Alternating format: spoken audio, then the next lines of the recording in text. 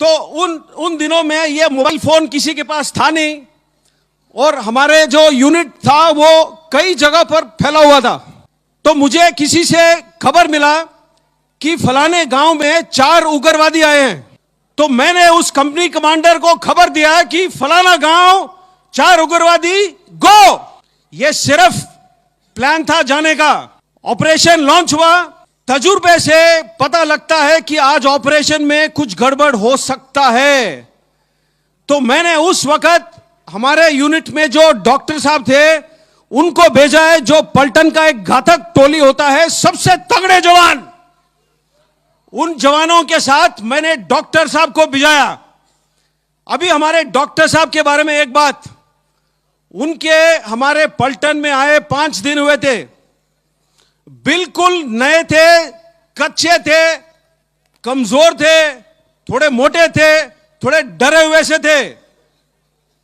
वो ऐसे रहते थे दिन भर, क्योंकि डर था उनको। डर इसलिए था क्योंकि उनके साथ जो 6 जवान गए थे वो सब सिर्फ हिंदी बोलते थे। डॉक्टर साहब मेरी तरह मद्रासी थे, वो या तो सिर्फ कन्नड़ बोलते थे या तो इंग्लिश। हमारे जवान सिर्फ हिंदी बोलते थे। तो डॉक्टर साहब को डर था। दूसरा, जो मेरा मौजूदा पोजीशन था, वहां से जिस गांव में उग्रवादी थे 6 घंटे का पैदल का रास्ता था। हमें पहाड़ी के नीचे उतरना था, दूसरा पहाड़ी चढ़ना था, पहाड़ी फिर उतरना था, एक छोटा नदी पार करना था, और फिर आधे रिज के ऊपर गांव का फैलाव था। 6 घंटे लगते थे। तकरीबन 4:30 बजे मुझे खबर लगा, और वो खबर किसी भी लीडर को इससे ज्यादा दुख वाला खबर हो ही नहीं सकता है। खबर मुझे यह लगा कि साहब बंदे को गोली लग गई है। क्यों खराब लगता है? जो लीडर लायक है, जब उसके टीम में या उसके टोली में किसी को चोट लगता है या कोई घायल होता है, तो मेरे परिभाषा में वो लीडरशिप का फेलियर है।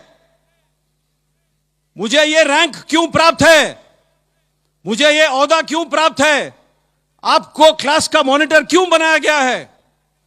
ताकि आप क्लास को, आप स्कूल को, पाठशाला का देखभाल कर सके। अगर मेरे नेतृत्व के दौरान और मेरे नेतृत्व में कोई शहीद या घायल होता है, तो हो सकता है वो मेरी लापरवाही हो, और वो लापरवाही फेलियर है। तो मुझे खबर लगा कि साहब बंदे को गोली लग गई है। मैंने हमारा जो क्विक रिएक्शन टीम होता है, QRT जो बोलते हैं, उसको लेकर के भाग के निकला वहां से। 9:30 बजे डॉक्टर साहब का हमारा जो रेडियो सेट होता है उसके ऊपर एक छोटा सा मैसेज आया कि साहब अंधेरा है, मुझे डर लग रहा है। अब आप लोग बोलोगे डर किस बात का लगता है? डर अंधेरे का लगता है। डर इस बात का लगता है कि आप जा रहे हो ऐसे इलाके में जहां पर बाकी जवानों को आप जानते नहीं हो। डर इस बात का लगता है कि शायद आप उस काम के काबिल ना हो जिसके लिए आपको भेजा गया है। डर उस बात का लगता है कि कहीं से गोली ना आए और मुझे ना लगे। डर इन बातों का लगता है। डर इस बात का लगता है कि मैं पलटन का डॉक्टर हूं, ये मेरे पलटन में पहला हफ्ता है, अगर कोई जवान शहीद हो गया है तो हो सकता है मेरी गलती हो। डर इन बातों का लगता है। तो मैंने डॉक्टर साहब को उस वक्त खींच के डांट मारा है, क्योंकि डर का कोई जगह हमारे जिंदगी में या आपके जिंदगी में नहीं होना चाहिए।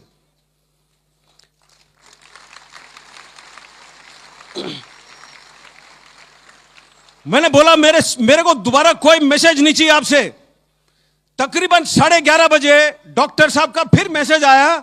बोला साहब मैं पहुंच गया हूं जवान के पास, लेकिन जहां भी काट रहा हूं वहां पर खून है। अब ये डॉक्टर साहब सिविल से आए थे, 5 दिन हुए थे, उन्होंने कभी किसी को गोली से जख्मी होते हुए नहीं देखा था। तो जब वर्दी काट रहे थे इंस्पेक्ट करने के लिए, तो सारा शरीर खून से लथपथ था। उनको आदत नहीं था इस बात का। तो उन्होंने बोला साहब पूरा खून है, मुझे डर लग रहा है। तो मैंने उस टाइम खींच के मारा डांट और बोला डॉक्टर साहब आपका काम सिर्फ और सिर्फ हमें जिंदा रखना है, बस। यह जवान मर नहीं सकता है, इतना मैंने बोला है। और 5 मिनट के अंदर मैं भी डॉक्टर साहब के पास पहुंच गया। जैसे मैं डॉक्टर साहब के पास पहुंचा है, ट्र करके आवाज आया, AK-47 का फायरिंग का आवाज ऐसे ही होता है। आपको मालूम होना चाहिए कि मुझे 5 बार गोली लग चुका है। मैं अभी भी खड़ा हूं आपके सामने, स्टेज से कूद के भी आ सकता हूं, आपके साथ पीटी भी कर सकता हूं।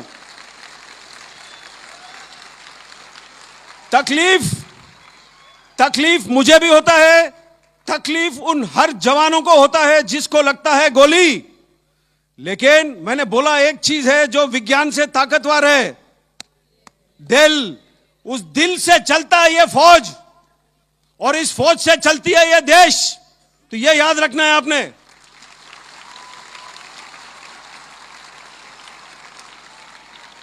तो हम लोग उस गांव में 5 दिन रहे थे, कुल 5 दिन।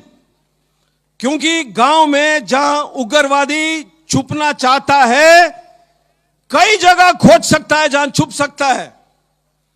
तो हर घर, हर कमरा, हर वो खेत, हर वो ट्यूबवेल, हर वो स्टोर हाउस, हर वो गोदाम, हर वो जगह ढूंढ ढूंढ के हमें 5 दिन लग गए थे।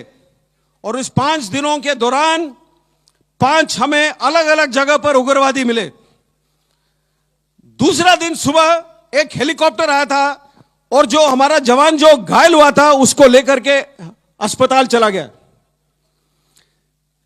छठे दिन हम लोग वापस आए, और सबसे पहला सवाल मैंने जो ओहदेदार से पूछा कि साहब बंदा कैसा है, तो जवाब मुझे यह मिला कि साहब 2 दिन से अस्पताल से बात हो नहीं पाया है। मेरे परिभाषा में और आपके परिभाषा में कोई बहाना देना मंजूर नहीं होना चाहिए।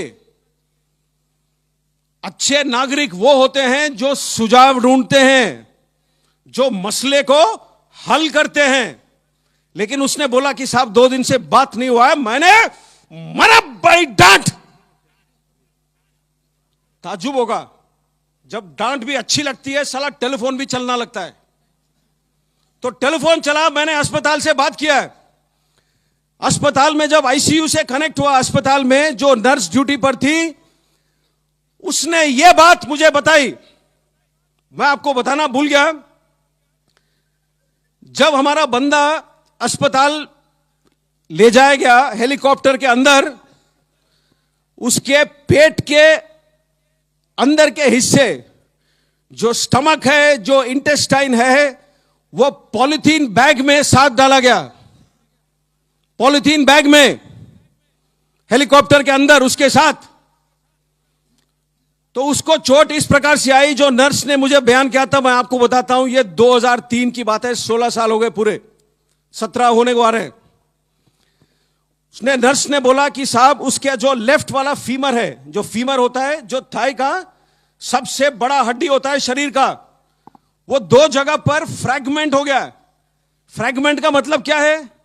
जो पेंसिल है जब आप तोड़ते हो तो 2 हिस्सों में टूटता है।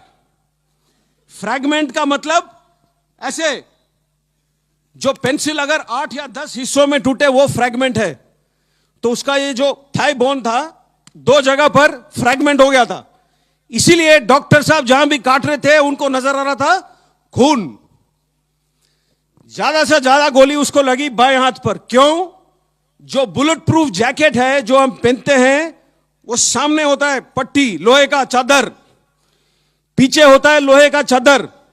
एक पतला चादर होता है पेट के लिए, एक पतला होता है गर्दन के लिए।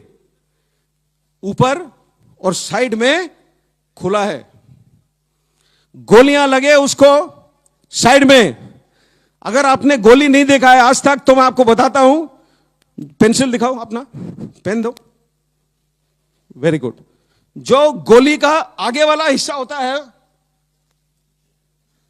इतना ही होता है और इतना ही पतला होता है। जब गोली लगता है बंदे को और बंदा पड़ा हुआ दिखता है आपको, अगर आप खोजोगे कई बार आपको गोली के निशान नजर नहीं आएंगे।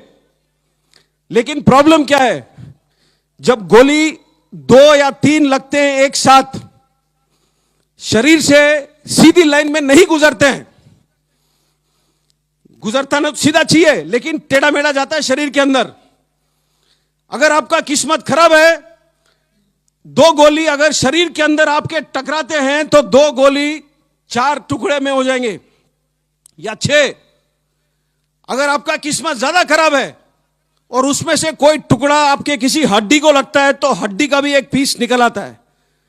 अब ये 7 या 8 पीस सफर करते हैं शरीर के अंदर से, तो जो 3 छोटे छेद यहां पर होते हैं, जब यहां से निकलता है तो बड़े बॉल के छेद में निकलता है। इसीलिए उसके पेट के अंदर के हिस्से को हमने पॉलिथीन में पैक करके भेजा हेलीकॉप्टर में। सबसे ज्यादा चोट उसको ऊपर आया छाती में। जब पैर में गोली लगा होगा तो वो गिरा है। अब पहाड़ी में 20 मीटर 25 मीटर कितना नीचे गिरा है वो तो कोई नहीं जानता है, लेकिन जब गिरा है तो उसका छाती किसी बड़े पत्थर के नुकीली चोट पर पड़ा है और यहां उसे चोट आई। तो जो लोहे का प्लेट है वो दबाता है जो फेफड़े, जो रिब्स है, तो उसके 5 रिब्स टूटे हुए थे। और 5 रिब जब टूटते हैं तो अंदर की तरफ टूटते हैं, तो उसका जो बाएं वाला फेफड़ा था उसमें 5 जगह पर छेद हो गया, और जो लंग था लेफ्ट साइड वाला उसमें बॉडी फ्लूइड और ब्लड पूरा भर गया था। ये उसके चोट थे। जब नर्स ने ये मुझे बयान किया तो मैंने नर्स से सीधा सवाल पूछा, क्या बंदा बचेगा? और जैसे डॉक्टर साहब लोग आमतौर पर होते हैं, ये नर्स ने बोला, सर मैं नहीं जानती हूं। तो हम लोग जो वर्दी पहनते हैं थोड़े, मैं बोला ना, दिल से करते हैं हम काम, दिल से।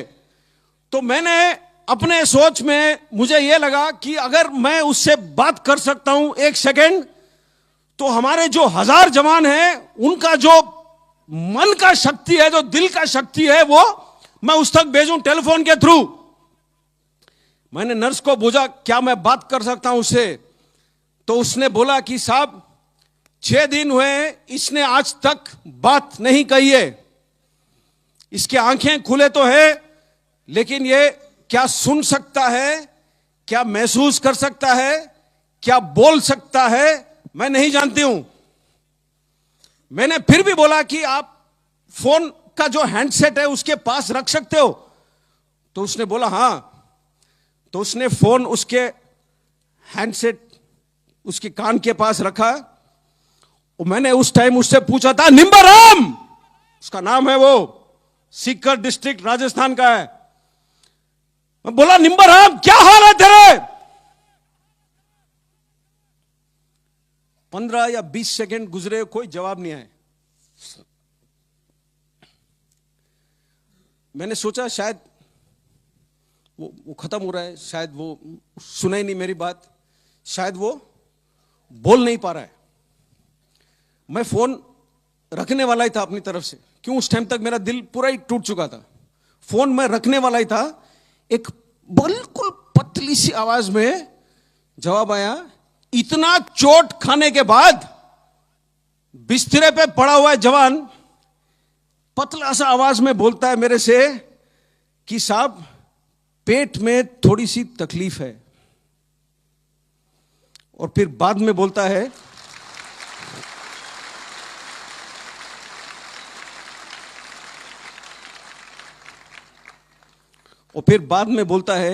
साहब मैं तो ठीक हूं, अपने पलटन के बाकी बंदे कैसे हैं?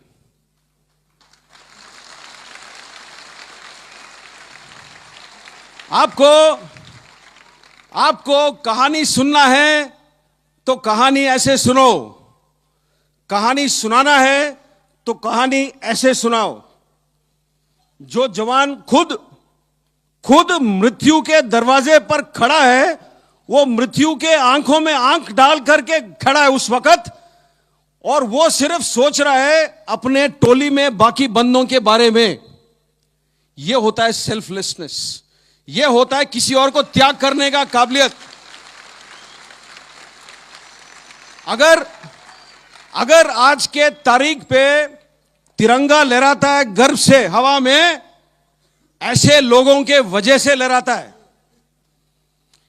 यही वो सांस है जिससे ये देश जीता है, और इसी जवानों के वजह से मैं हमेशा कहता हूं, मुझे 5000 जन्म दे दो, मैं दोबारा यही वर्दी पहनूंगा।